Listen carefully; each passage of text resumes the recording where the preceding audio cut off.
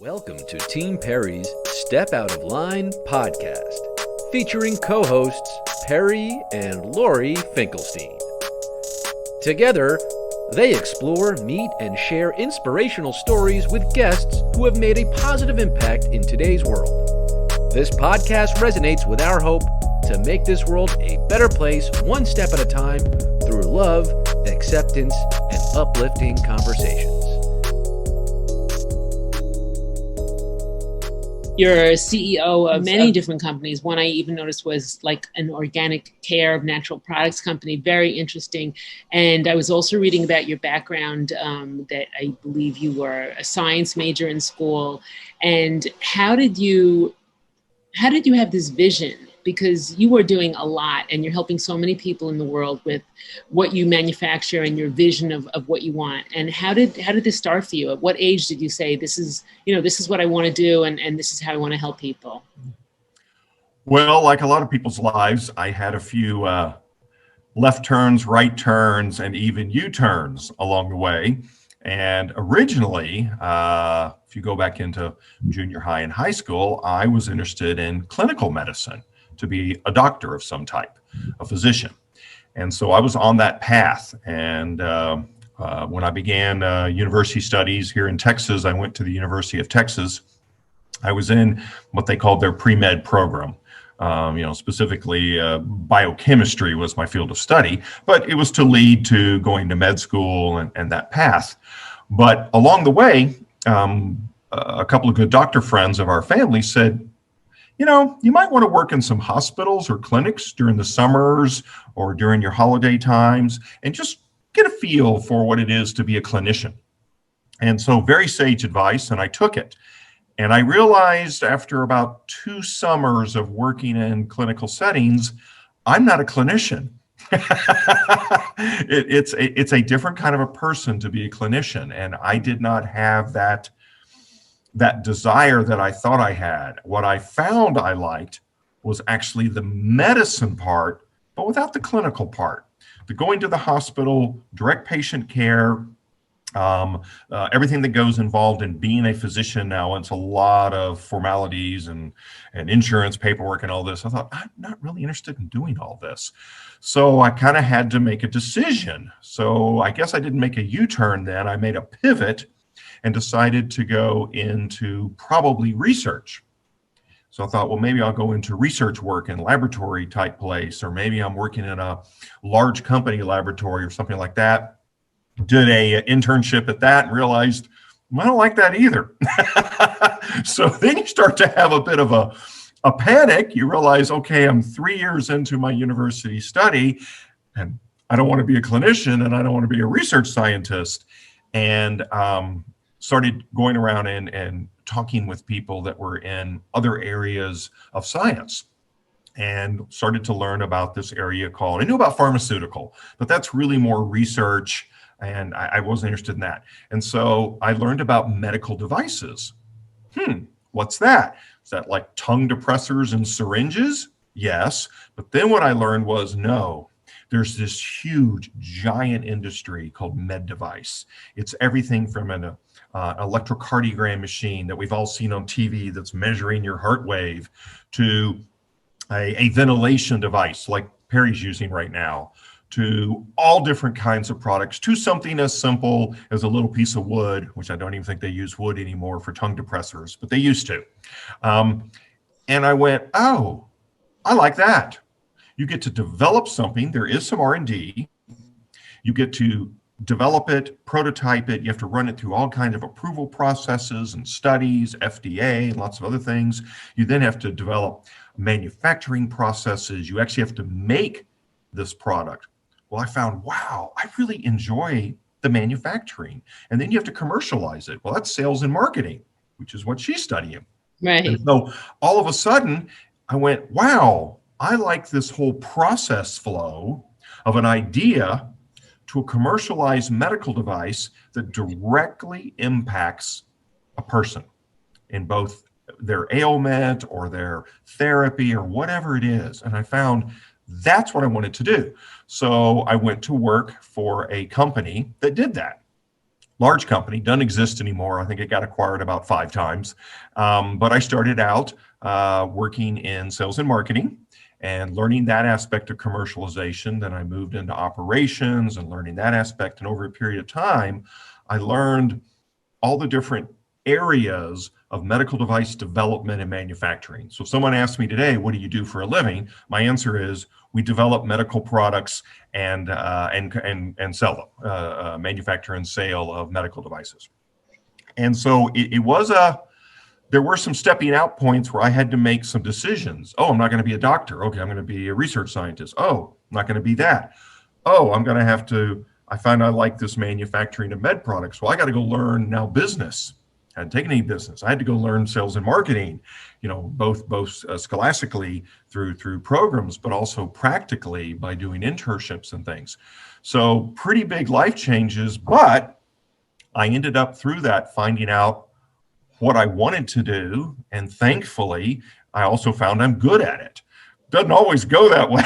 And so I'm glad that it worked out both ways. So a bit of a torturous route for me to get into medical device development and manufacturing, but that's how it occurred. It wasn't real clean and direct. It was a little messy, but it got me there. And how did you know when you were ready to go out on your own and form your own companies and say, okay, now I'm ready to do it? Was it that you had all the... Again, you're not going to get a real pretty clean answer. Like life, it's kind of messy. Right. I had worked in that first company, and I had an opportunity after I'd been there a couple of years to go work in a smaller, it wasn't really a startup. They'd been in business for a few years, but it was a newish company, but they were small. Well, that gave me the opportunity because in taking that position, I said, I want to be exposed to different parts of your business, the development, prototyping, FDA work, and all the way to commercialized product. And they were like, yes, you can do that. So I got involved in this company, and I was there for a number of years, not that long, I guess maybe less than 5 years, but then it got acquired.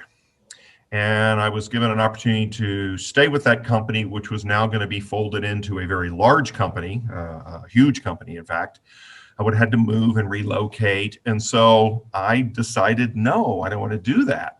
So I basically made myself unemployed by saying, well, I'm not, and that happens when a company's acquired. You have to make a decision. Do I want to stay with the company or go do something else? I mean, they give you a choice. So I basically created my own unemployment. So I started a business out of necessity. I didn't have a job at the time. I had learned quite a bit in the previous 10 years, had the skills I thought. Looking back, I probably didn't, but I thought I did at the time. The great part about starting a business when you're young, you don't know what you don't know, and that's a good thing. Right. Sometimes it is. If you knew what you didn't know, you would never do it. Exactly. I didn't know all the hurdles that I would have to jump and vastly more knowledge that I would have to acquire. But you do it. And so I started International Biophysics Corporation in 1992. Mm-hmm. So we're 28 years old. That company has developed all kinds of different medical devices and products over the last nearly 3 decades. We've had a number of products that we called a spin-off. You spin it into its own company, and then I build its own facility and factory, and then it hires all of its own people. And then those spin-offs have been acquired by other companies. We've done that 5 or 6 times. Yeah. IBC is an interesting company, International Biophysics. We sort of find new technologies, we gestate them, grow them, take them all the way through development and FDA and even commercialization. And then we decide, are we going to keep it as part of what we call the parent company or the mothership? Sometimes it's referred to International Biophysics. Or are we going to spin it into its own entity and let it go become its own company and a completely separate entity away from the company? And those are I find those are very fun things to do. It's fun to watch something grow, and then it goes and becomes part of something else. That's very exciting for me. So that's allowed us, though, to be involved in everything from lasers used in surgery, to we actually developed all of the ozone generators that were used in the original space shuttles. I'm showing my age now. It was back when the space shuttles were being built. So we've done some interesting projects, a full line of cardiovascular surgical products. We make the largest line of heart pumps in the world. All kinds of instruments. Of course, we're very big into respiratory therapy. One of our spinoffs was the company that invented the very first small oxygen concentrators, the ones you see on TV late at night all the time now. Well, we actually invented and developed all those to begin with, way back when. And so I've been honored to be able to be involved in products that have made huge impacts in people's lives. And I'm not the creative development engineer. We have really smart people that come up with incredible ideas, and we're also good at finding kind of raw technologies and bringing them in, as I said, and gestating them. So to me, it's very satisfying if I don't want to make or find a product that simply slightly changes some type of clinical therapy. I want to do something that radically changes it. Right. It's a step change, in other words. You take something that's been done the same way maybe for 30 years, and you completely re-engineer and revolutionize the way that particular therapy is being delivered. It's fun, it's hard. A lot of times industry isn't receptive to something totally new, especially in medical, because, and rightly so, physicians and medical industry is very careful about new things, because the worst thing you can do is bring out something that doesn't help the person. God forbid it makes it worse. Right. So, the old Hippocratic oath, do no harm first.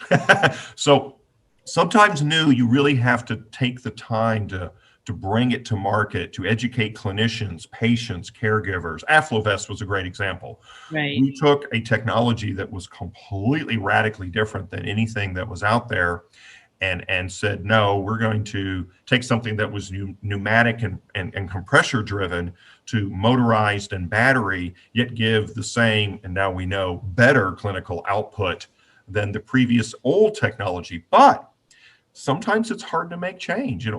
Medical is slow to adopt something new. Right. In a crisis, they will. We're in one now with Corona. Right. But we've also seen that sometimes you can decide something is good before it's fully vetted, and then you find out, the benefit's not as good as we thought.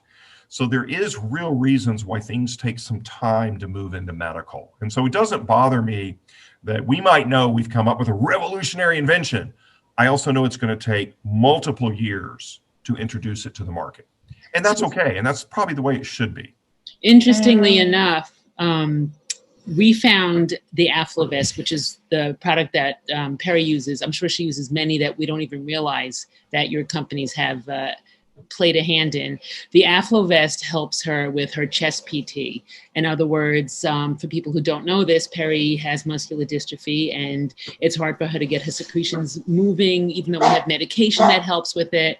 So the Aflo Vest has replaced a product that we used for many years called the Vest. Uh-huh. And the Vest is a Hillaram product, which served its purpose when we used it. Sure. But you kind of stuck in one position. You can't really go anywhere with it. It's hard to drag it if you're going in a car or somewhere. And I saw an ad in a muscular dystrophy magazine, the MDA magazine, for AffloVest, and it just struck me. I said, what is this? This looks amazing.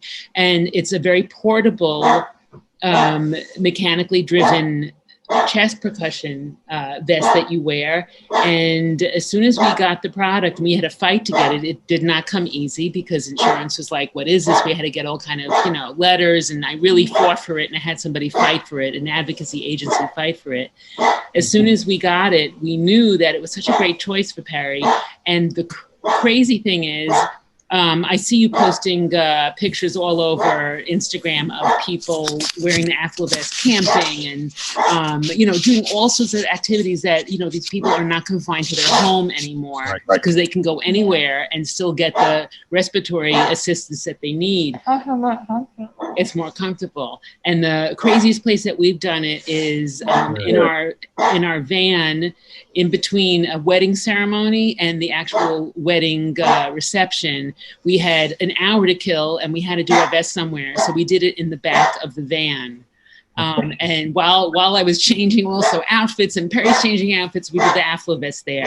And it was hysterical but that's the convenience of it. It was perfect. You could live, a life, a different kind of life when you have something that's so genuinely helpful and necessary. And so we've seen great benefits, and we're actually about to apply for a second vest because we're allowed to get a new one every 5 years.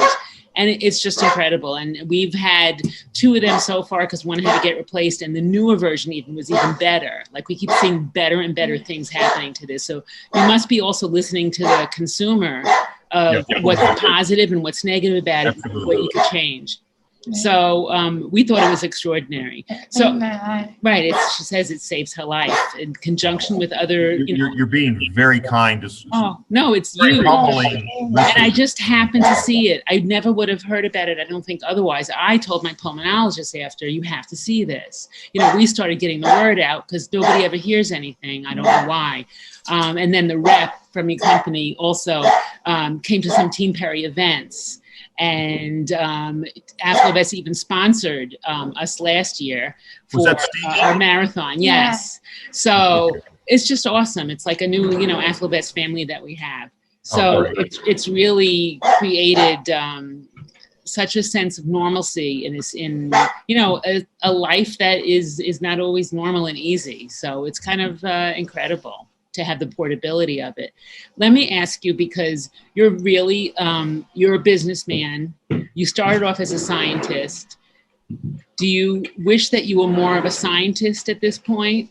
Because you're running a lot of businesses and you're a little far removed from, the young man who was in the hospital, seeing patients.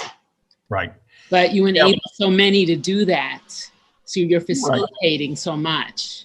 Right. So how do you, obviously you must be happy because you're creating so much, but it's different. What I found is this is my satisfaction. Listening to a mom and her daughter talk about a therapy that my team developed and brought to market that positively or affected your life in a positive way. That's my joy. You have no idea. This will be my topic tonight over dinner when I'm with my wife. I'm not going to believe this interview I had today. It's what gets me excited. I'm sure it's the same excitement when a physician in direct patient care is affecting someone and he sees or she sees they're improving. They're getting that same sense of accomplishment and joy. I get it. It's going to be on the back end now. The product's developed, it's out there, someone has used it, and I get to hear firsthand, or maybe every now and then, people will actually send us an email. This was what was bizarre to me. And I've talked to other medical device executives too, and they say, yeah, that's very rare.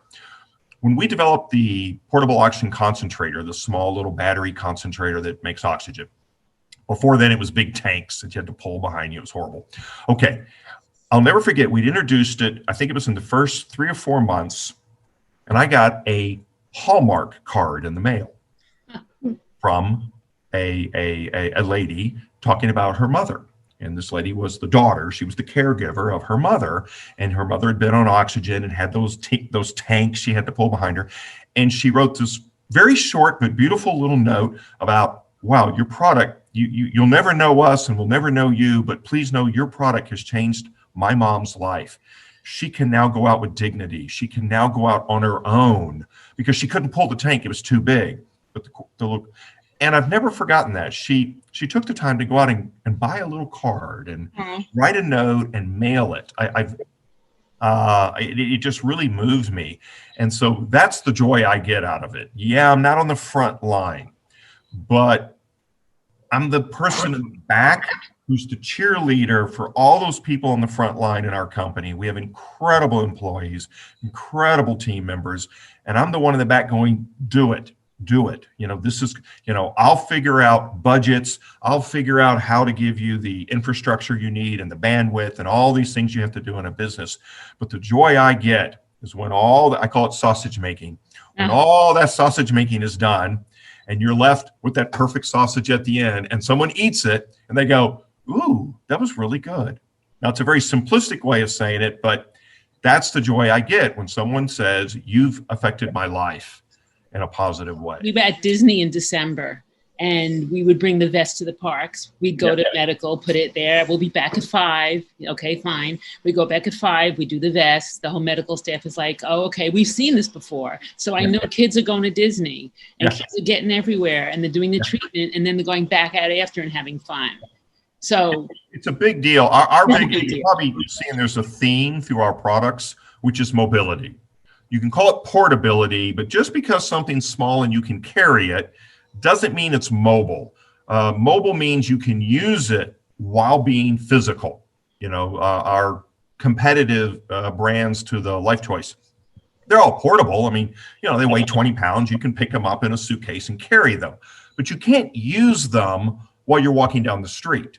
Right. Or you can't go camping with them. Right. I laughed once when I saw an ad for one of our competitors, and it showed a person sitting on the end of a dock using their product like while they were fishing. I'm like, well, first of all, you'd have to have the longest extension cord on earth, and it's an electrical device over water. What are you doing? Right. Not a great ad. That's the craziest thing I ever saw. And we wake up to do the Miami Marathon. It's always in January. I push her till about the 11th or 12th mile, and then Peri gets out of her wheelchair. It's a jogging stroller, and tries to walk at least most of the way in a gait trainer. We're up at 3 a.m. Everybody else is up at 4 and they get on the bus 4:30, but we're up at 3 a.m. because the one thing that she has to do before we leave the hotel room, and we have nurses with us helping us, is the vest. Sure. So 3 a.m, she's putting on makeup so she looks pretty at the marathon, and the vest is like jostling all over, and the nurses are trying to slap on clothes and medicine and do everything, but they know they can't leave the room until the vest is completely done. Yeah. So it's that integral a part of her life that there's so much more that you can give up and skimp on, but you can't skimp on your time of doing something like that. We want to thank you. If I could get to a store and give you a Hallmark card, I would, but we're quarantined, so we're not leaving. This is our Hallmark card I've ever gotten. That you are making an impact on so many people. Peri's a product of all of your hard work and your dreams and your ideas, because she can't do what she does, which is go to school and be a student and then hopefully get her MBA and then hopefully rule the world one day. She can't do that without people like you and your innovative thinking. You guys are the ones out there doing it. I've simply given Peri a useful tool to help her, but Peri, you're doing it. You're doing all of it. And don't ever forget that you're the true warrior.